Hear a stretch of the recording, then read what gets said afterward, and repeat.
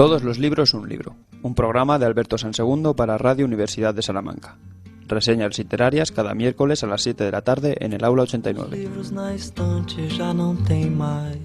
Muy buenas tardes y muy bienvenidos al que va a ser el último programa de este curso 2022-23 de Todos los libros un libro, el programa que realiza para Radio Universidad de Salamanca Alberto Sansegundo, que ya se encuentra con nosotros en estas sesiones a través de una plataforma audiovisual. Muy buenos días, Alberto. Bueno, que acabamos curso, ¿quién lo diría? ¿Qué tal? Buenos días. Sí, acabamos y entonces el sentimiento es un poco ambivalente, más volcado hacia una de las dos Valencias, digamos, que hacia otra. Es, sí, una ciudad de tristeza porque se termina la temporada, pero créeme, también de liberación, de respiro, porque, como ya hemos hablado otras veces, ¿no? El sostener semanalmente una reseña y hablar de ella con una cierta profundidad, semana tras semana durante un curso y otro, teniendo en cuenta que yo no me dedico a esto profesionalmente y que no tengo, por lo tanto, tampoco el bagaje, digamos, básico, suficiente como para poder improvisar, me lleva mucho tiempo y se agradece realmente que vengan ahora por delante un par de meses liberado, no de leer, que eso va a seguir ocurriendo, sino de tener necesariamente que preparar de manera sistematizada, de manera organizada, bueno, pues algo medianamente digno para poder contar a nuestros oyentes. Bueno, ya desbrozar, ¿no? Vamos a emplear esa palabra, desbrozar, yo creo que esto ya se utiliza poco, ¿no? Desbrozar entre tanta profusión, esto lo hemos comentado ya muchas veces, ¿no? Tantísimo libro como se publica, Alberto, ya el elegir, el seleccionar, ya implica, ¿no? Un trabajo serio, ¿no? Pero nos vamos con gozo, creo que nos vamos con gozo, ¿no? De vacaciones. Con gozo, a gozo y gozosamente. Yo ahora explicaré la polisemia del título del libro que hoy presento. Porque, bueno, presento un libro principal, diríamos, pero luego hay varias adherencias, ¿no? Porque, bueno, ya sabes que una de las pautas de todos los libros un libro es, que en realidad no es la de todos los libros un libro, es una de las pautas de la lectura. La lectura contagia y abre ventanas permanentemente, ¿no? Y se ramifica, y a poco interesado que estés en aquello que te están contando, te ves tú mismo obligado, en el buen sentido de la palabra, a profundizar en otras vías paralelas o complementarias. Yo creo que la lectura, para bien, inquieta, pide atención, nos hace indagar, nos abre a conexiones insospechadas muchas veces, ¿no? También induce a la curiosidad y por tanto nos lleva a saber más, a querer profundizar, a agotar determinados temas. Y por tanto, esa es la idea de hoy. Hay un libro principal y a partir de ahí ramificaciones que me han ido surgiendo tras la lectura o durante la lectura del libro, ¿no? Y el libro es gozoso en un sentido, como digo, polisémico, porque sí, efectivamente, así se llama, Gozo. Está publicado, su autora es una muy joven Azahara Alonso, una escritora asturiana del 88, publicado el libro a principios de este año, a mediados, en el primer trimestre del año, por la editorial Siruela, y es polisémico. Y la portada que ya es veraniega, ¿no? Una fruta muy del verano, ¿no? Sí, la portada está muy bien buscada. Bonita. En relación a lo que se nos cuenta en el libro, como luego veremos, ¿no? Como decía, carácter abierto del título, ¿qué es gozo? ¿Qué puede ser? ¿A qué diferentes alusiones se abre? Ahora la resolveré. Se da también en el género, ¿no? Porque no sabemos muy bien qué es gozo, como tantas otras veces en las obras que aquí traigo, ¿no? Es por un lado un diario, en cierto modo, es un ensayo, sin duda. Es también un libro de viajes, en cierto sentido, ¿no? A mí me recuerda, y quizá tú también lo recuerdes, quizá nuestros oyentes también, a un libro que presenté aquí en los primeros días del año 2022, Cuadernos Perdidos de Japón, de Patricia Almarcegui, ¿no?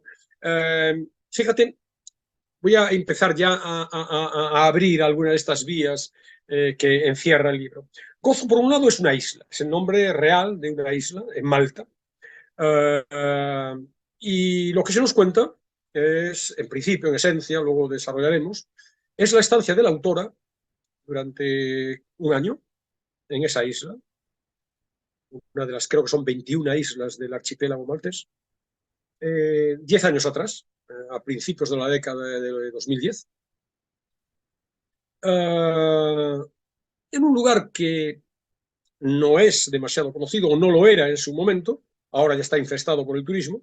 Una isla, como te digo, remota, está situada al sur de Sicilia y al este de Túnez, y allí se va con una beca para aprender inglés, en principio de un mes, pero que ya va con la intención de estirar el importe de la beca lo más posible para poder estar allí el mayor tiempo posible. Al final se acaba quedando un año. Va con su pareja, un J. Punto, así aparece en la novela, perdón, no es una novela, en el libro, así aparece mencionado. O sea, la aparición de su pareja es muy discreta, muy apagada, muy en segundo plano. Y se va con expresión literal, con una maleta, una mochila y varias capas del opuesto. El libro cuenta esta historia, cuenta la estancia durante ese año en la isla. Se nos explican de entrada las razones de esa marcha. Dice literalmente: fui a la isla porque había terminado de estudiar. Azahara Alonso es licenciada en filosofía y solo sabía lo que no quería hacer. Hay un párrafo que sí quiero leer, breve, en la introducción prácticamente del libro, en donde explica con más detalle la razón última de su desplazamiento a la isla. En aquella época, a principios de la década de 2010, algún inciso, Azahara Alonso, que nació en el 88, tenía 20 muy pocos años. Muchos jóvenes nos íbamos una temporada con un ordenador portátil y el poco dinero de que disponíamos. La tasa de desempleo era sonrojante y pensábamos que una estancia en el extranjero facilitaría las cosas a nuestra vuelta. Tampoco parecía mala idea bajar el ritmo. Era algo que había oído al acabar el bachillerato, el tiempo libre más largo de mi vida hasta entonces. ¿Por qué no te tomas unos meses para aprender a conducir, para leer, para pensar, para saber qué quieres hacer en el futuro? Pues porque no entra en la cabeza de nadie, decía yo ciegamente. Hay unas obligaciones ineludibles, también las de la reputación. ¿Y cómo va una a permitir que la consideren holgazana o maleante durante un año?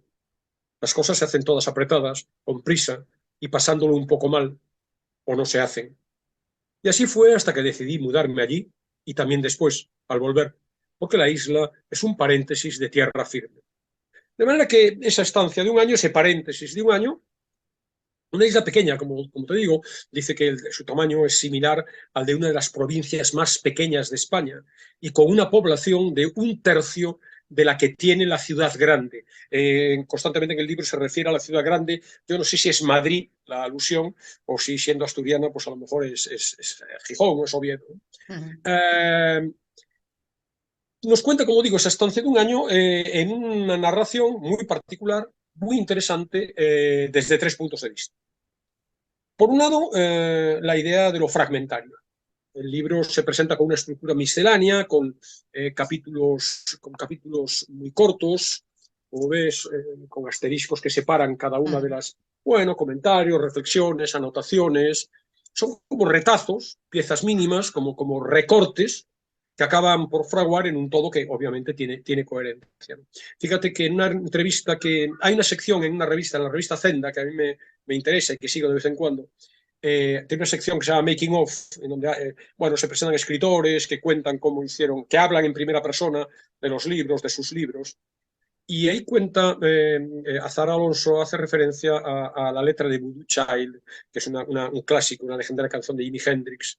I pick up all pieces and make an island. Recojo todas las piezas y con ellas hago una isla, ¿no? Esta es un poco la idea de rompecabezas, ¿no? De lo fragmentario, lo misceláneo. A mí me parece muy interesante porque, por supuesto, propicia un tipo de lectura muy particular, ¿no? Porque puedes ir picoteando.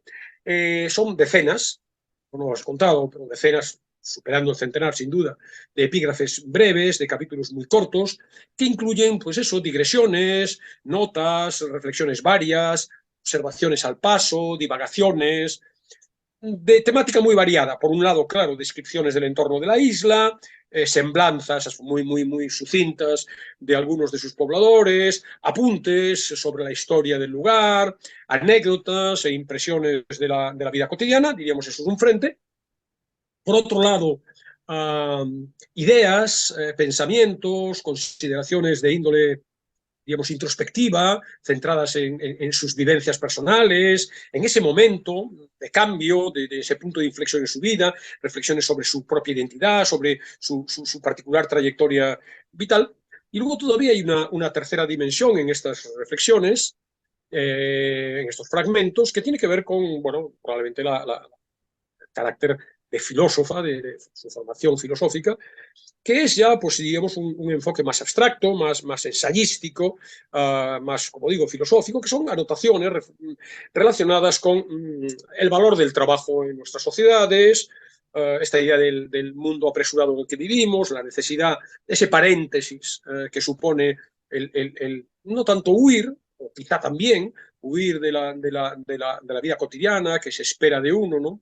Entonces, reflexiones sobre eso, sobre la ocupación del tiempo, sobre el sentido de nuestras vidas en estos mundos, como digo, tan frenéticos, tan vertiginosos, ¿no? Reflexiones sobre el turismo, sobre el viaje, sobre el tiempo, el ocio y otros temas, digamos, adyacentes a esto.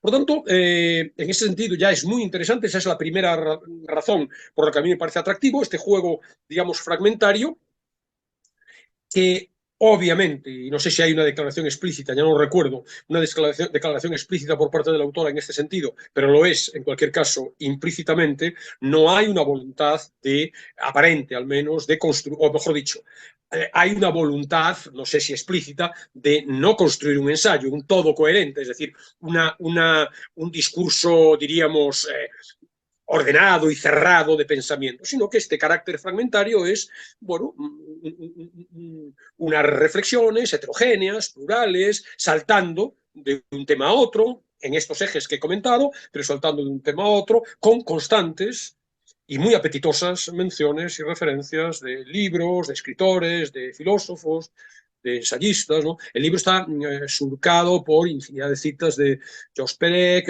Roland Barthes, Derrida, Séneca, Gil de Viedma, Susan Sontag, Peter Hanke, Carmen Martín Gaite, la reciente premio Nobel Annie Ernaux, que más Marcel Duchamp, Walter Benjamin, Luis Buñuel, el arquitecto Le Corbusier, bueno, infinidad de Thomas Berger, el genial logrado hace ya 30 años, escritor austríaco, que tuvo presencia en todos los libros, un libro hace muchos años.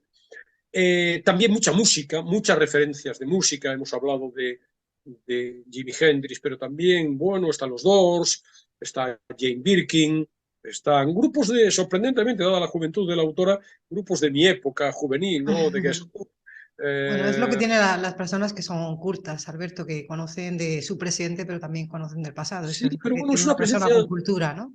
es muy notable, ¿no? Porque no hay otras presencias musicales más actuales, ¿no? Está Led Zeppelin, está Martha de Vandellas, bueno, que tiene una presencia un poco más potente porque hay un personaje, Eileen, un personaje muy singular, muy excéntrico, bueno, que está muy vinculado a ese grupo de la música negra, ¿no? Yo creo que el reggaetón no les deja más remedio que explorar un poco en el pasado. Que huir, ¿no? Que huir al pasado, ¿no?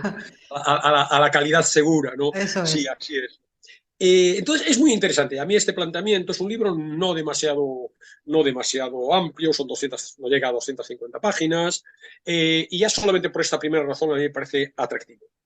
En segundo lugar, está, y es muy oportuno, en esta fecha, último programa del año, de la temporada, con las vacaciones y el verano ya demasiado exultante el verano y las vacaciones con el calor que tenemos y las vacaciones ahí a la vuelta de la esquina, es la vertiente viajera que está en el libro. Está de telón de fondo, porque la sola descripción de la realidad de Gozo y del pueblo en el que se desarrolla la estadía de la autora, ya es se te ponen los dientes largos, es claro, muy estimulante, uno quiere salir para allí inmediatamente, ¿no? Entonces, claro, despierta en el lector, pues esto, el interés por la exploración de lugares que muchas veces no conocemos, ni siquiera podemos imaginar. Yo hasta la lectura de este libro, por supuesto, sabía lo que era Malta y ciertos Después de los parámetros. 12 goles contra Malta, todos los Claro, también españoles lo eso, ¿no? sabemos. Esa referencia, ¿no? Pero bueno, ahora, Gozo en particular y lo atractivo, lo extraordinariamente atractivo que es el entorno, los parajes, el archipiélago, dice Azara, es casi un paraíso, no solamente geográfico, sino también de bienestar cotidiano. De manera que el libro encierra una especie de llamada a detenerse, a degustar con calma y sin agobios, bueno, los múltiples alicientes de mundos desconocidos que siempre entrañan los viajes. Entonces, en este sentido, claro, como se nos presentan detalles cotidianos, a veces hasta aparentemente irrelevantes, despierta eso en el lector algo que evidentemente el germen tiene que estar en ti, si no, no va a surgir, ¿no? Pero este ansia que todos tenemos, y yo creo que nos moriremos con ella, ¿no? De cambiar de vida, de alejarnos de la rutina, explorar nuevos horizontes, nuevos paisajes, nuevas gentes, nuevas aventuras, ¿no? Una experiencia lectora en ese sentido también muy atractiva, porque aviva el entusiasmo, aviva la intensidad, la exaltación, el deseo, las ganas de arrebato y de belleza, que yo creo que el viaje concentra, no es la única experiencia que lo hace, pero sí lo hace de una manera muy especial, y que todos, como decía, creo que llevamos, de alguna manera, de mayor o menor medida, llevamos dentro. Entonces, bueno, en esta segunda vertiente, el libro está plagado de muy interesantes observaciones que rezuman color local, ¿no? Entonces, ya desde el avión, cuando llega, no me resisto a leer otro pequeño párrafo, ¿no? Durante una parte del giro en el aterrizaje veía tierra, pequeños cúmulos de luces, algunas de colores. Eran pueblos de la Isla Grande, organizados en torno a iglesias, y en una de ellas, la más colorida, con decenas de bombillas verdes, amarillas, rojas y azules, celebraban una de las últimas fiestas de la temporada. De manera que aún no hemos llegado y ya estamos dentro, y además de una manera como digo, muy estimulante, ¿no? Ya nos están despertando el interés por bajar ese pueblo mediterráneo. Fíjate que está hablando de la Isla Grande, ella no va a estar en la Isla Grande, dentro del archipiélago Gozo no es la Isla Grande. A partir de ese descubrimiento inicial, pues se suceden las anotaciones que dan, ya te digo, en capítulos, en fragmentos breves, que dan cuenta de ese entorno insular y de la vida en él, en la que vemos, por ejemplo, detalles de todo tipo, no solamente pegados a la descripción más básica de la realidad, sino también con una cierta altura, con un cierto espíritu analítico o crítico por parte de la escritora, ¿no? Por ejemplo, glosa la gratuidad del acceso en barco a la isla, siendo en cambio obligatorio el pago para salir. Y ella dice, la metáfora es muy fácil, ¿no? Apostilla, ¿no? Nos cuenta el contacto inaugural con los lugareños. En particular aparecen algunos personajes desperdigados. Ronnie, ¿no? Ronnie es un taxista que nos llevó en su viejísimo taxi, una belleza un tanto estropeada, ¿no? Nos cuenta las dificultades del trato con los nativos y afirma, ¿no? Nunca estrechamos demasiado los lazos durante mi estancia. Las peripecias de intendencia, ¿no? Para encontrar alojamiento acaban teniendo que huir despavoridos de un apartamento lóbrego, comido por los gusanos y las cucarachas, y al final, por un azar de estos benéfico, acaban encontrándose a una pareja, Francis y Joe, que les alquilan, son los caseros, un ático, pero un ático que es una maravilla, ya solamente la descripción del ático te dan ganas de ir, enormes ventanales que se abrían a dos terrazas orientadas respectivamente a este y a oeste. Desde una se veía la ciudadela y el mar, desde otra las huertas vecinas. Este espíritu viajero, en pequeñas frases sin más, está muy presente, ¿no? Y como decía, aviva en el lector esa curiosidad, ese ansia, más que curiosidad, ese deseo de ponerse en marcha y de ir a otros lugares, de salir de sus reducidísimas 4 coordenadas habituales. Está lo cercano y lo familiar de la vida de un pueblito. Claro, han pasado 10 años y también, ya veremos luego, Azahara Alonso no hurta los horrores centrados fundamentalmente en el progreso, el dinero, el comercio y el turismo, ¿no? Pero hace 10 años lo ves, bueno, mi experiencia personal también, yo llevo 40 años yendo prácticamente todos los años a lo que fue en su momento un pueblito perdido en el Algarve portugués, ¿no? Un pueblito de pescadores con las calles sin asfaltar, ¿no?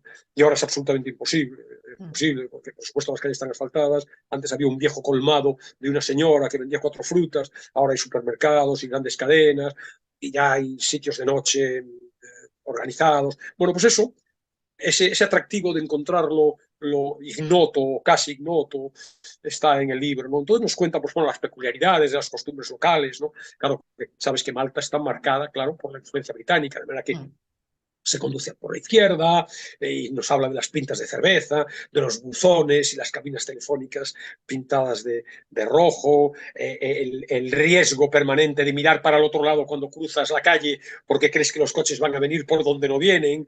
Ese tipo de detalles aparecen también.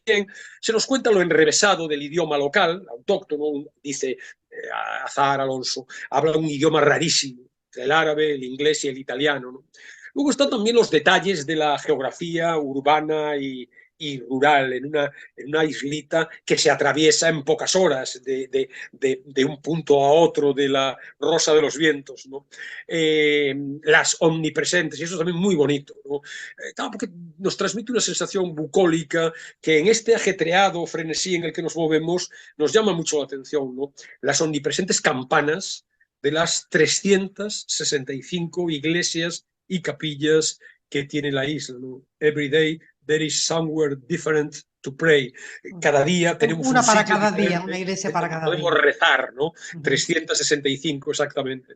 Una isla laberíntica, pero sin embargo limitada, muy abarcable, ¿no? De camino fácil. En una hipotética tarde, nos dice la narradora, la podrías atravesar de extremo a extremo, ¿no? También nos cuentan los enclaves turísticos, un faro nos cuenta historias en torno a ello, un faro muy significativo desde mediados del siglo XIX, la Azure Window, la ventana, digamos, azul, ¿no? Que es un arco, porque un vendaval en el año 2017 acabó con él, un arco natural sobre la playa, una especie de ojo, muy bonito. Yo he visto fotografías, obviamente, antes de su destrucción, ¿no? Luego también notas intercalando en esta idea miscelánea curiosidades, notas sobre el pasado histórico maltés.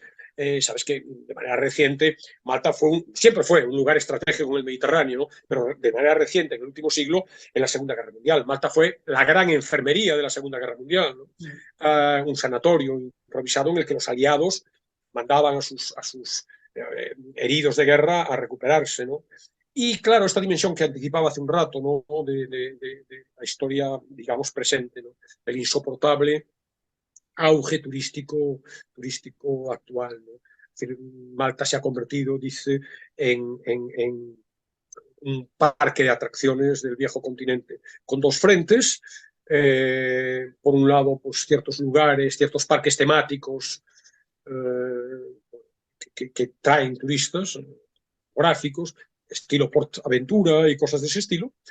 Pero luego el juego. Yo no lo sabía, pero la economía de Malta se basa fundamentalmente en el juego, en las apuestas. Malta es un país pionero en la regulación del juego online. Y luego está también, dentro de este mismo ámbito, dentro de esta segunda dimensión que he llamado viajera del libro, está, bueno, los encuentros, las gentes, las pinceladas sobre la cotidianidad local. Entonces, bueno, las compras en los mercadillos, el repartidor de fruta que espontáneamente llega a su casa y pregunta, ¿Do you like peaches? ¿Te gustan ¿quieres melocotones? Y que por eso decía que está muy bien traída para la portada del libro la referencia, ¿no?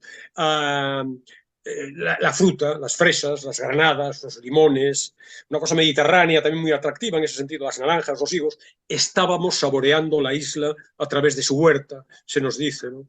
Una mujer que en un mercado sostiene un pescado por la cola, son como estampas, ¿no?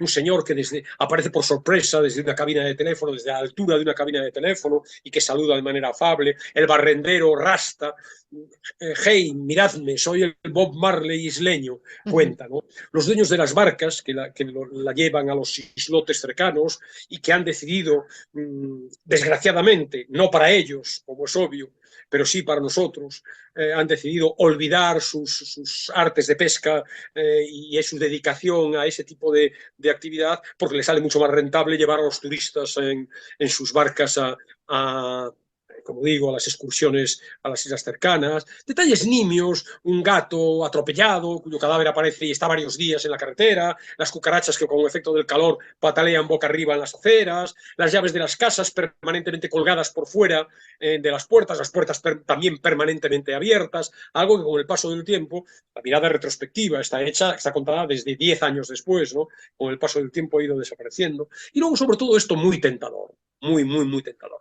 Las apacibles horas de vida ociosa, el desayuno reposado, el té, los higos, el pan, el queso, la plácida contemplación mañanera del mar y del faro desde los ventanales. A nadie le extrañaba, dice, que pudiera pasarme un tercio del día mirando el mar cuando lo tenía cerca. También las tareas de intendencia, pero que contadas desde la lógica nuestra de hoy serían un sufrimiento, pero contadas en aquel entorno y con aquella tranquilidad y sin exigencia de ningún tipo, suenan también encantadoras, ¿no? La lectura, por supuesto, el contacto con el mundo ajeno a ese paraíso a través del ordenador, pero un ordenador que tampoco resulta fácil, ¿no? Porque la conexión a Internet es muy complicada, hay que buscar los huecos, hay que bajar a un banco en una plaza para conseguirla, ¿no? Y luego eso, el almuerzo, las jornadas, la cotidianidad del día a día, ¿no? Las jornadas que de repente a mitad de mañana, con toda la tranquilidad, preparas el almuerzo en casa y te lo tomas en la terraza, y luego los paseos por la isla, que es muy limitada y por lo tanto propicia esas excursiones reposadas, ¿no? La vuelta a casa con la noche ya acechando, se nos cuenta la compra de 2 pastizzi, de pasteles salados, que luego acompañados de una ensalada solucionarán la cena, y de nuevo los libros y las ráfagas nocturnas del faro, entrando por la casa, y las campanadas permanentemente, y luego, como te puedes imaginar, un plácido sueño después de una jornada Una siesta buena. tan relajado. Pero fíjate que pese a todo, y sigo todavía en este área de lo local, ¿no? No hurta a Zahara Alonso los aspectos más negativos, no es entregada y complaciente, ni mitifica la experiencia, ¿no? Entonces, bueno, se nos cuentan también la invasión progresiva de las cadenas de hamburguesas, la comida aceitosa que se despacha en los restaurantes sobre ruedas, que se pasean por las playas atiborradas de turistas británicos a la Benidorm, la capital, agobiante, apesta a gasolina y humo, dice, con un tráfico infernal. Las atracciones turísticas que comentaba antes, ¿no? Hay una especie, como decía, de PortAventura, ¿no? Que hay un Popeyes Village, que bueno, es una reproducción del pueblo del personaje de dibujos animados, porque se utilizó para una grabación, la filmación de una película, y ahí ha quedado, atrayendo a masas de turistas, ¿no? Y luego la otra dimensión, porque ella se busca la vida, y ahora hablaremos de esta tercera vertiente, se busca la vida laboral, y también trabaja en algunos momentos. Y también dentro de esa descripción de la sociedad maltesa, a través de este tipo de apuntes, diríamos, está también la precariedad, los sueldos miserables, las jornadas extenuantes, las condiciones indignas en el trabajo, acrecentado por el turismo. Claro, el turismo obliga a que las condiciones laborales de quien a él se dedica pues tenga que ser pues, obviamente peores, ¿no? Más cercanas a la explotación. Y ahí está el tercer gran aliciente del libro, que es lo que antes comentaba, que lo llamaba como, digamos, la vertiente ensayística, que es, bueno, toda esta reflexión acerca de, muy oportuna, incluso muy oportuna en relación a todos los libros. Un libro que estas últimas semanas habíamos hablado bueno, de la aceleración, de la hiperconectividad, de la ansiedad que deriva de nuestra febril entrega a trabajos que muchas veces son alienantes y no nos satisfacen, y luego esa exigencia de tener que estar permanentemente activos, y la depresión, la insatisfacción y ese alocado discurrir por la vida como si fuéramos los conejos blancos de Alicia, ¿no? Siempre agobiados por el tiempo. Es muy oportuno en ese sentido que haya una reflexión acerca del valor del trabajo en nuestros días. Y todo parte de estas preguntas que podríamos llamar existenciales, que esta chica joven, en un momento, como decía, de inflexión en su vida, termina sus estudios, no se le plantea nada por delante que hacer, surge la beca, se va, y entonces reflexiona acerca de sus inquietudes, sus dudas vitales, ¿no? ¿Qué hago aquí?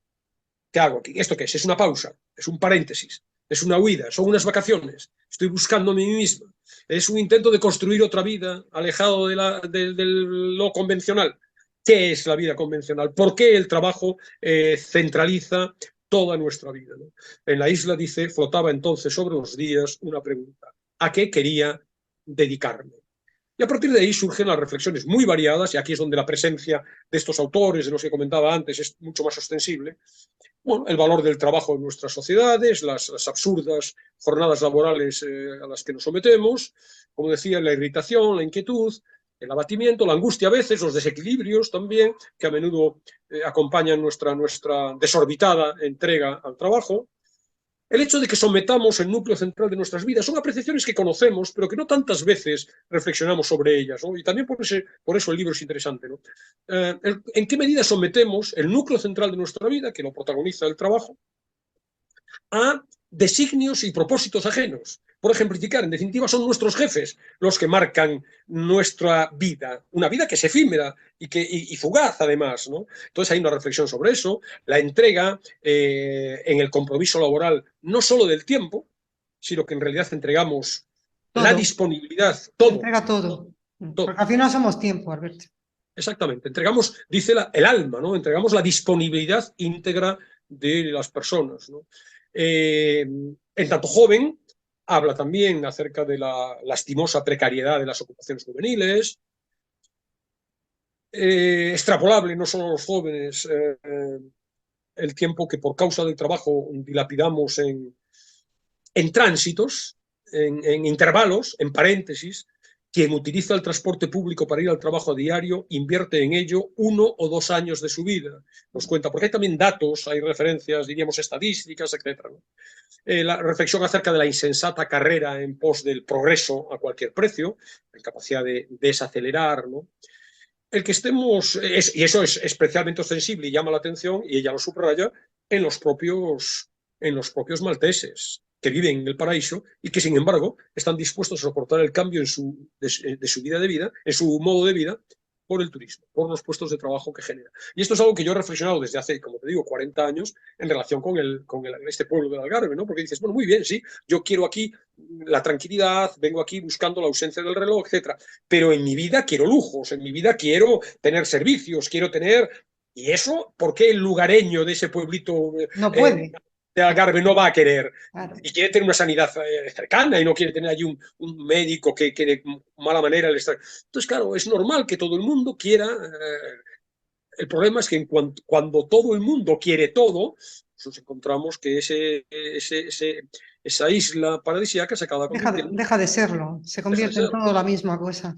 Yo hace, bueno, batallita personal, en los años de mi carrera, yo viajaba en verano en autostop y me llamaba la atención, me fascinaba porque era encantadora la ciudad, Florencia, pero me llamaba la atención el agobio de turismo, ¿no? ¿Y qué me iba a decir a mí después de tantos años que Salamanca íbamos a estar prácticamente en las circunstancias? No es tan exagerado, pero casi, ¿no? Es decir, una ciudad en donde el día a día cotidiano está marcado por la presencia de hordas, de grupos, de turistas que... Sí, bueno, sí, a lo mejor es despectivo para quienes viven de ellos, ¿no? Pero bueno. Entonces, bueno, todas esas reflexiones son muy interesantes, ¿no? Y temas, como decía, adyacentes, el rechazo generalizado a la ociosidad, de tal manera que el descanso, el ocio, el viaje, se han convertido también en una especie de laboriosidad productiva, ¿no? Esto es especialmente significativo con respecto a las vacaciones, ¿no? Y al turismo más convencional. El turismo ya no es viajar, el turismo es haber tenido que estar en el sitio en el que hay que estar, marcar la cruz, ya he visto tal museo, ya he entrado en tal monumento, ya he comido en el sitio en el que la guía me dice que tengo que comer. Entonces, bueno, hay esa reflexión acerca de lo artificioso, en realidad, de los rituales también de la ociosidad, ¿no? Por el ejemplo de Xiapu, un pueblo del sur de China, que es un pueblo inventado de la nada, como una especie de monográfico decorado para que los visitantes hagan allí las fotos y las compartan luego con el resto de gente. Hay mucha reflexión acerca de la fotografía y en particular de la fotografía no del viajero, sino del turista, ¿no? Entonces, bueno, también otra reflexión adicional a partir de unos textos de Marc Roger acerca de los no lugares, estos sitios inertes, vacíos, los aeropuertos, las estaciones de ferrocarril, las salas de espera, estas zonas de tránsito, tiempos muertos, en donde en realidad bueno, pues se nos va la vida, ¿no? Y ahora mucho más, porque ahora antes esos tiempos muertos aún aprovechabas para la conversación quizá, para la lectura de un libro, ahora esos tiempos muertos se van en deslizar el dedo por enésima vez en los móviles, ¿no? como mirada, diríamos, de fondo en este frente, como mirada nostálgica, añorante, está también la, bueno, alusión a un viaje auténtico, a la imposibilidad de un viaje auténtico, sin planes, sin reloj, sin objetivo, a un lento y fecundo deambular, sin propósito expreso, que se contrapone a lo contrario de este momento, que es este ansiógeno deseo de estar permanentemente en otra parte. No bien hemos llegado, ya queremos quemar la etapa siguiente. Entonces, bueno, esta idea que también hemos comentado estas últimas semanas, ¿no? Que casualmente ha salido, esto del FOMO, del Fear of Missing Out, el tener que, ¿no? El miedo a estar perdiéndonos algo. Y por tanto hay una llamada nostálgica, no demasiado subrayada, a la necesidad de desconectar, de no hacer, de entregarnos a lo inútil, pero a la vez de la extraordinaria dificultad que supone. Hay en ese tono nostálgico una reivindicación de las rutinas, del acomodo a lo conocido, a lo confortable, sin la búsqueda desaforada de novedades, de estímulos, de experiencias, ¿no? Parece que el mundo en el que vivimos nos manda constantemente la necesidad de nuestra vida. Lo vemos, ¿no? Es decir, todos estos influencers, los instagramers que cuentan sus vidas en donde no estás comiendo, ¿no? El huevo frito con chorizo que te tomas es la experiencia, ¿no? Y parece que, bueno, la vida cotidiana del 99% de la gente en el 99% de nuestros tiempos, que son eso, las rutinas, ¿no? El colacao y la tostada que te tomas por la mañana, en el supuesto de que te tomes colacao, las cosas habituales, la caña con los amigos, los paseos, la reflexión, los tiempos muertos, bueno, pues la vida, bueno, nos genera insatisfacción porque no estamos en lo exaltado, no estamos ¿sabes?, en el heroísmo, digamos, no estamos en lo que nos sobrepasa, en el entusiasmo, ¿no? Pero es una mentira, la vida cotidiana hay que aceptarla, es nuestra vida en una gran mayor parte del tiempo, ¿no? Hay una connotación de huida, de escape en las multitud de actividades, de viajes, de experiencias que se nos venden desde todos los puntos de vista, ¿no? Hay una frase que se repite en la novela, perdón, en la novela, en el libro: "Are you living for good?". ¿Estás viviendo bien? ¿Estás teniendo una vida como debes tenerla? Esa es la búsqueda, ¿no? Más allá de las exaltaciones, la posibilidad de ser uno mismo, buscar encontrarse, encontrar el sentido de la existencia. Hay una rememoración permanente, porque claro, probablemente al hablar de esto, muchos de nuestros oyentes se hayan vuelto, ¿no?, a su infancia, porque la infancia es esto. Entonces hay una alusión permanente a la infancia, esa especie de paraíso perdido, que es quizá el único paraíso perdido que tenemos, ¿no? Desde aquellos días interminables, en donde no había exigencias, donde no había tener que, ¿no? Hay también una reflexión sobre los años sabáticos, que si tenemos tiempo a leer luego algo, pues comentaré, ¿no? Un decálogo acerca de lo que es un año sabático. Y como digo, bueno, una reivindicación de la desposesión, de los placeres cotidianos, una especie de rebeldía frente a la dictadura inflexible de la que nadie escapa, dictadura de la productividad, digamos, ¿no? Que es en lo que nos movemos. Entonces, bueno, sí que quiero glosar muy brevemente, antes de pasar a otra de las referencias de hoy, algunas de estas referencias históricas, literarias y ensayísticas, ¿no? Pues habla tanto de la demografía en la Revolución Industrial y cómo, por ejemplo, la esperanza de vida era baja, que la gente no podía apenas reproducirse porque trabajaba más de 14 horas diarias. Se nos habla también de la Asociación Internacional de Trabajadores y la reivindicación de la jornada de 8 horas desde 1866. Hay una mención a un muy conocido yerno de Marx, Paul Lafargue, que escribió aquel clásico del derecho a la pereza, contra el trabajo, un alegato contra el trabajo sorprendente viniendo del yerno de Marx. Fíjate que dice, es preciso, hay un párrafo que nos transcribe Azar Alonso, es preciso que el proletariado retorne a sus instintos naturales, que proclame los derechos de la pereza, 1.000.000 de veces más nobles y sagrados que los tísicos derechos del hombre, dice. También se nos da cuenta de la beligerante postura de Bertrand Russell, que por un lado defiende el abandono del yugo del trabajo en las sociedades industriales y una defensa de la pereza, pero que a la vez, quizá de manera contradictoria, a mi juicio no tanto, defendía igualmente que la ociosidad es la madre de todos los vicios. Hay una cita de Luis Buñuel, su rechazo al turismo: nunca he viajado por placer, Esa afición por el turismo tan difundida a mi alrededor me es desconocida. No experimento ninguna curiosidad por los países que no conozco y que nunca conoceré. Por el contrario, me gusta volver a los sitios en los que he vivido y a los que me atan los recuerdos. Hay otra referencia Los muy tambores bonita. de Calanda. Sí, los Los tambores de tambores de Calanda. Calanda, le gustaba retornar. Así es. Hay una referencia, como decía, muy bonita a Carmen Martín Gaite y un texto de 1960, Recetas contra la prisa, que yo no conocía. También extrae a Zara Alonso, yo transcribo aquí un breve fragmento.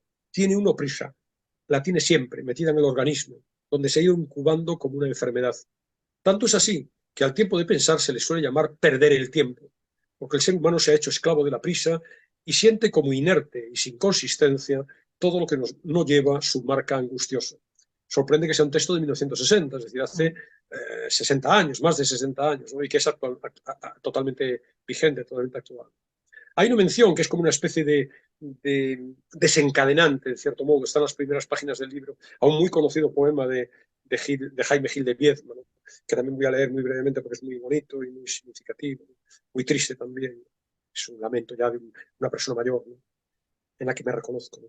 En un viejo país ineficiente, algo así como España entre dos guerras civiles, en un pueblo junto al mar, poseer una casa y poca hacienda y memoria ninguna, no leer, no sufrir, no escribir, no pagar cuentas y vivir como un noble arruinado entre las ruinas de mi inteligencia, que es todo un programa de vida, ¿no? Muy atractivo, quizá no tanto, obviamente, para una persona joven, ¿no? Se nos habla de Bob Black, que es también muy conocido, tiene un libro muy radical, La abolición del trabajo, y resaca algún párrafo del libro, ¿no? Nadie debería trabajar jamás. El trabajo es la fuente de casi toda la miseria existente en el mundo. Casi todos los males que se pueden nombrar proceden del trabajo o de vivir en un mundo diseñado en función de él. Para dejar de sufrir, hemos de dejar de trabajar. Como ves, bueno, desde todo punto de vista, desde frentes muy distintos, bueno, aspectos provocadores en muchos casos, pero que por supuesto suscitan el debate, la reflexión intelectual sobre estos temas y además, bueno, pues con un aliciente muy cercano, un ejemplo muy vívido de lo que puede significar vivir sin trabajar o dedicándole al trabajo otro papel, ¿no? Es, pues eso, los parajes de la isla de Gozo y la placidez de aquella existencia. Y hay una cita adicional, una autora que yo no conocía, que va a dar pie a mi recomendación segunda de hoy, que funciona también como una especie de lema, ¿no? Dice en un momento determinado a Zara Alonso, y no lo dice ella, transcribe las frases de esta autora: ¿por qué nos obligamos a esto? ¿Por qué el trabajo? ¿Por qué no se puede escapar de él? Entonces, estas preguntas que son esenciales y que son las que nuclean, en cierto modo, la propuesta de Azahara Alonso, por lo menos la propuesta, diríamos, ensayística, no ya la descriptiva viajera, ¿no?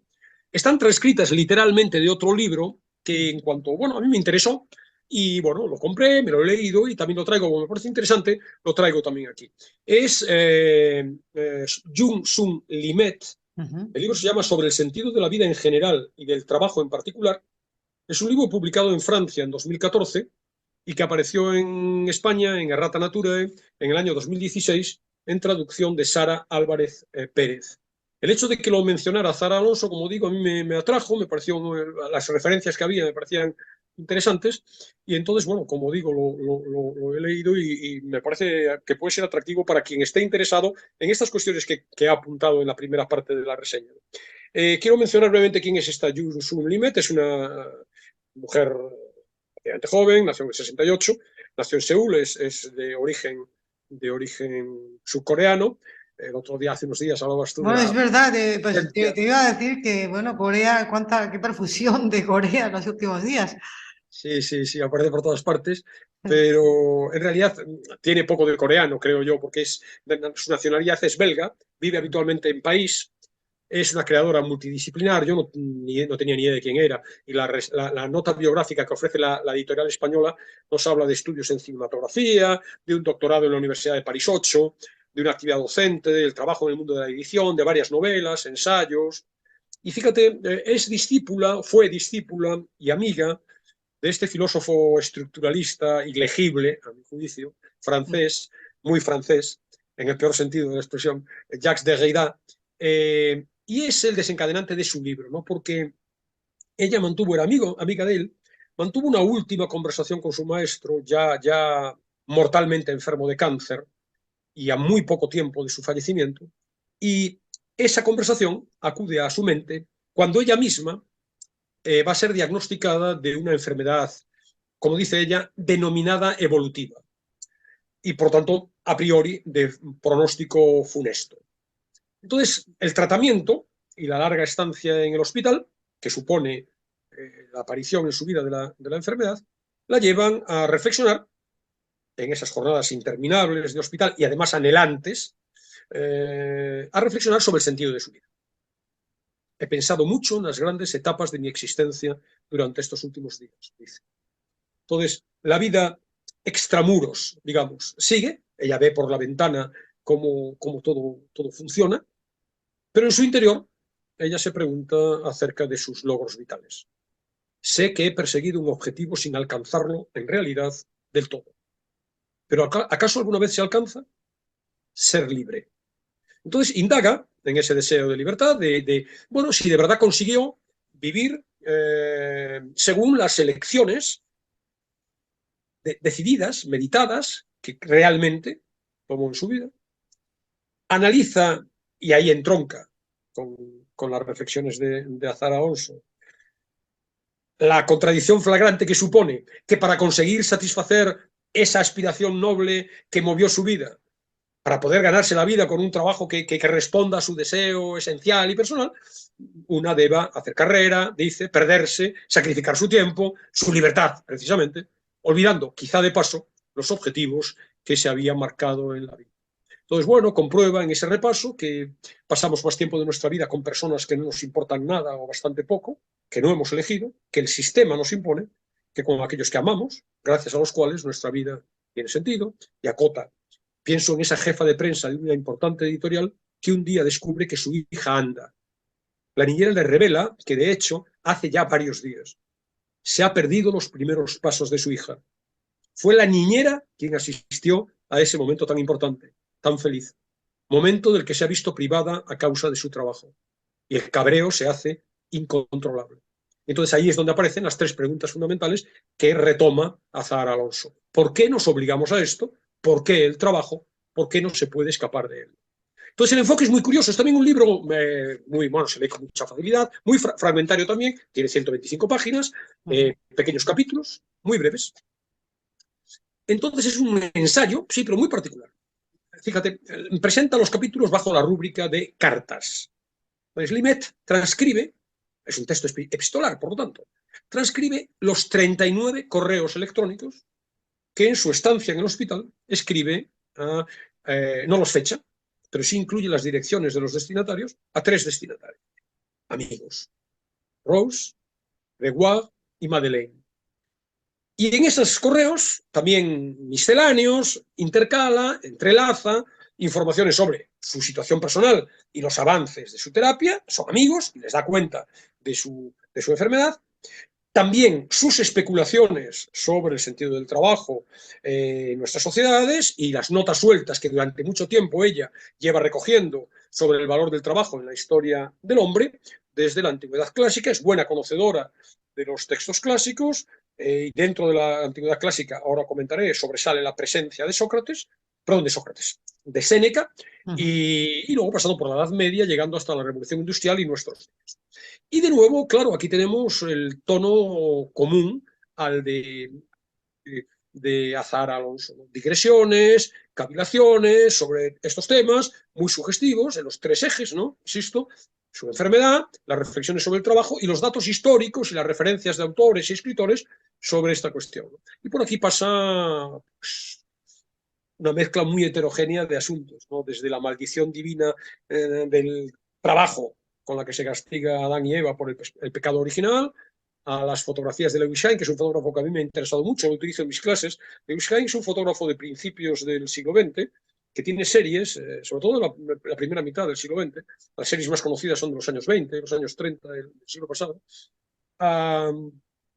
Series sobre el mundo laboral. Tiene series muy interesantes sobre el trabajo infantil. Te puedes imaginar hace 100 años cómo eran las condiciones de trabajo en las fábricas textiles, por ejemplo, pero también en la minería, también en el campo. Tiene una serie muy ilustrativa. Yo se la pongo como trabajo a mis alumnos, que un trabajo adicional, complementario, que es, ha fotografiado en su momento la construcción del Empire State. Entonces es muy interesante desde el punto de vista mío, de mi práctica docente, porque de cara a la prevención de riesgos en el trabajo, ilustrar la falta de condiciones de seguridad en el trabajo con las imágenes espléndidas de Lewis Hang es muy interesante. Les mando además que busquen información, que busquen, por ejemplo, estadísticas de cuántos muertos hubo en accidentes de trabajo en la construcción del Empire State, que no se vea solamente la vertiente rutilante del gran rascacielos, sino también la otra dimensión. Entonces hay menciones también a Lewis Hang, hay menciones a canciones de Jacques Brel y alguna canción de Georges Brassens, con citas concretas de algún verso de alguna canción, Los metros llenos de ahogados, de una canción de Jacques Brel, o Pobres miserables que cavan la tierra, cavan el tiempo, de una canción de Georges Brassens. Pero también se retrotrae a las actividades laborales en el Neolítico y Mesopotamia, habla de los cómics de Asterix y en concreto de uno de Asterix en Egipto, en donde cuenta las huelgas anacrónicas de los obreros en la construcción de las pirámides, ¿no? Se adentra en la ambigüedad siniestra del término recursos humanos, que se utiliza hoy por doquier, ¿no? O el trabajo libera, no sé si sale el trabajo libera, los Claro. campos de concentración nazis. No Sí, sé sí, si habla de ello, efectivamente. quizás. Sí, sí, ahí está, ¿no? También en ese sentido de contradicción, el contradictorio valor del ocio, un ocio en el que nos tiene permanentemente ocupados, el ocio que ofrecen las tiendas de jardinería abiertas los domingos, dice, ¿no? Bueno, el valor de lo sagrado en nuestros tiempos descreídos, postula Jules Unlimet, que en un tiempo en el que no hay creencias, los dioses han muerto, el trabajo se ha convertido en una religión dominante, ¿no? Y bueno, vincula con esta idea del pecado original, el trabajo como redención, digamos, como modo de limpiar la mancha originaria, ¿no? Hay menciones a las obras de Marx y Engels, aparecen los tejedores del siglo XIX, los aspectos positivos también del trabajo, por ejemplo, los vínculos sociales que nos proporciona el trabajo, y están las obras de Séneca, sobre todo, y aquí quiero, fundamentalmente, dos, de la brevedad de la vida y del ocio. Y aquí quiero traer una edición estupenda de Acantilado de las obras de estas dos obras de Séneca, ¿no? Sobre la brevedad de la vida, el ocio y la felicidad. Son tres obras, realmente, solo que las que se comentan en el libro de Jules Unlimet son las dos primeras, la brevedad de la vida y el ocio, ¿no? Muy interesante, y la edición de Acantilado a cargo de Eduardo Gilbera, que es un experto, es magnífica, ¿no? Entonces, bueno, cuestiones, por ejemplo, sobre curiosidades, que yo también la cuento en clase porque es muy llamativa, ¿no? El tripalium. No sé si sabes que el origen etimológico de la palabra trabajo es tripalium. Y tripalium era un instrumento de tortura. Quiero recordar ahora que es 3 palos exactamente, ¿no? Entonces es significativo, y yo así lo gloso cuando en clase hablo de estas cuestiones, que cuando a una sociedad que carecía de nombre para la experiencia del trabajo se le ocurre ponerle un nombre, no le llama tarta de chocolate precisamente, ¿no? Yo Le pensaba llama que era un instrumento instrumento de musical, tortura. Alberto. Pensaba que ibas a decir que era un instrumento No, musical. no, era un instrumento de tortura para castigar a los esclavos en Roma, ¿no? Que llegó a través de la Edad Media, llegó al trabajo, a la palabra trabajo actual. Entonces, bueno, también en coincidencia con Azahar Alonso, la cantidad de tiempo que perdemos en ocupaciones impuestas, que aceptamos por servilismo, por servilismo inconsciente, ¿no? Por inercia realmente, ¿no? Luego también hay una reflexión acerca de su enfermedad y lo curioso, porque esto lo hemos vivido, yo por lo menos lo he vivido, ¿no? ¿En qué medida cuando estás enfermo, no demasiado mal, quiero decir, una enfermedad que te deja pensar, incluso que te deja, bueno, leer, etcétera, pero que te imposibilita el trabajo, cómo tomas ese tiempo como una especie de impasse benéfico, ¿no? Yo pienso, por ejemplo, una fractura de una pierna. A nadie se le desea una fractura de una pierna, pero una fractura de una pierna te impide hacer tus obligaciones cotidianas, pero genera una especie de tiempo, bueno, lo voy a decir, voy a ser un poco atrevido, ¿no? De tiempo feliz, como de si recuperaras una libertad que estás cediendo sin darte cuenta cada minuto de tu vida, ¿no? Entonces, bueno, te induce a reflexionar acerca de a qué entregamos realmente nuestros días en nuestra cotidianidad de esclavos, ¿no? Hay también esta parte de la enfermedad, un agradecimiento a las personas que trabajan en los hospitales, literalmente con humanidad y dulzura. Y bueno, habla también, se refiere a la literatura como un espacio privilegiado, la literatura no impuesta, no tener que ganarte la vida de esa manera, ¿no? El fin último del trabajo del escritor, mediante las palabras, darle sentido a nuestras vidas, ¿no? Que es en definitiva, bueno, el sentido, ¿no? Aquello que hacemos, seamos capaces a través de ello de darle sentido. Y muchas veces el trabajo obligado, ¿qué es el trabajo liberador o es alienante? Yo, que como sabes, utilizo en mis clases sobre derecho del trabajo, utilizo el cine con frecuencia, uso dos imágenes contrapuestas sobre el valor del trabajo, ¿no? Chaplin, el personaje de Chaplin devorado por la máquina en tiempos modernos, al que ya he aludido estas últimas semanas, ¿no? El trabajo alienante, poner tornillos en la cadena de montaje, el trabajo como alienación. ¿Qué es para nosotros el trabajo? Una alienación, la de Chaplin en la fábrica, o otra imagen de las uvas de la ira, en donde los colonos de Oklahoma que van a California en busca de trabajo, de una vida mejor, no encuentran trabajo, dice uno de los personajes, ¿no? Tengo ganas de meter las manos en el algodón. El trabajo como liberación, el trabajo como lo que da sentido a tu vida. Bueno, todas estas reflexiones están en un libro que está muy bien, que además la editorial participa del espíritu del libro, porque en el colofón, esto lo hace Rata Natura con frecuencia, ¿no? Hace al final del libro un colofón en donde glosa, este libro se acabó de imprimir el día no sé qué, no sé cuántos, bueno, se acabó de imprimir en mayo de 2016 y luego continúa diciendo, 2 siglos después de aquella noche en que una marabunta de hombres, mujeres y niños quemara la fábrica de hilados de William Cartwright en Nottinghamshire, dando inicio a una revuelta que se extendió de inmediato por los condados de Derby, Lancashire y York, corazón de la Inglaterra del siglo XIX y centro de gravedad de la Revolución Industrial, dejando como resultado 6 fábricas calcinadas, miles de heridos en la represalia, 15 luditas muertos y otros 14 ahorcados ante las murallas del castillo de York, así como el bello relato de una sublevación sin líderes, sin organización centralizada, sin libros capitales y con un único objetivo: discutir de igual a igual con los nuevos explotadores industriales. Como ves, la editorial se suma al análisis del libro con esta referencia al ludismo, ¿no? Que es muy oportuna en estos días, ¿no? ¿Qué hay que hacer con la inteligencia artificial, con la tecnología que va a dejar en la calle a tanta gente? ¿La destruimos? Obviamente no estamos a favor de las cavernas, de volver a las cuevas, ¿no?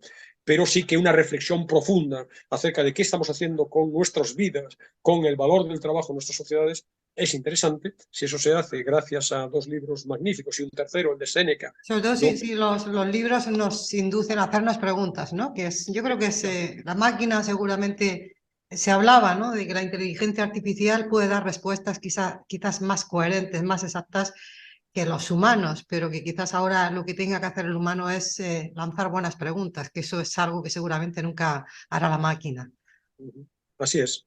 Entonces, bueno, ya ves, una serie de libros, una serie de temas y muchos más que hemos ido dejando durante todo el curso para que quienes nos hayan seguido y se hayan sentido interesados por alguno de ellos puedan aprovechar ahora la placidez del verano, un cierto aislamiento, un olvido, al menos transitorio, de las obligaciones cotidianas, una entrega a la lectura y a otros muchos placeres de la vida. Y bueno, una promesa por mi parte, que en un par de meses.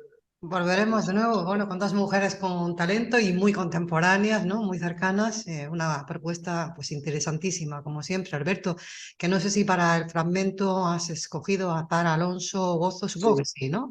sí, he elegido ese decálogo del año sabático de Azar Alonso, con lo que cerraremos el programa. ¿Y la Y canción? la canción he elegido, hay muchas referencias musicales, como decía en el libro, pero bueno, he elegido una de una isla, Damonil, es en francés, un clásico del año 57, creado, interpretado aquí por su creador, Henri Salvador, que es un cantante legendario, guitarrista también, originario de la Guayana francesa, y en 2003 se han cumplido los 15 años de su muerte ya de mayor. Ujú. Dan Monil, bueno, también es una invitación a este paraíso que casi metafóricamente toda isla representa, ¿no? Y a una vida, bueno, más relajada, más sensual, más primitiva, menos racional, más de contacto con el sol, con el agua, con el salitre del mar, con el vino blanco gélido, y no sigo porque si no...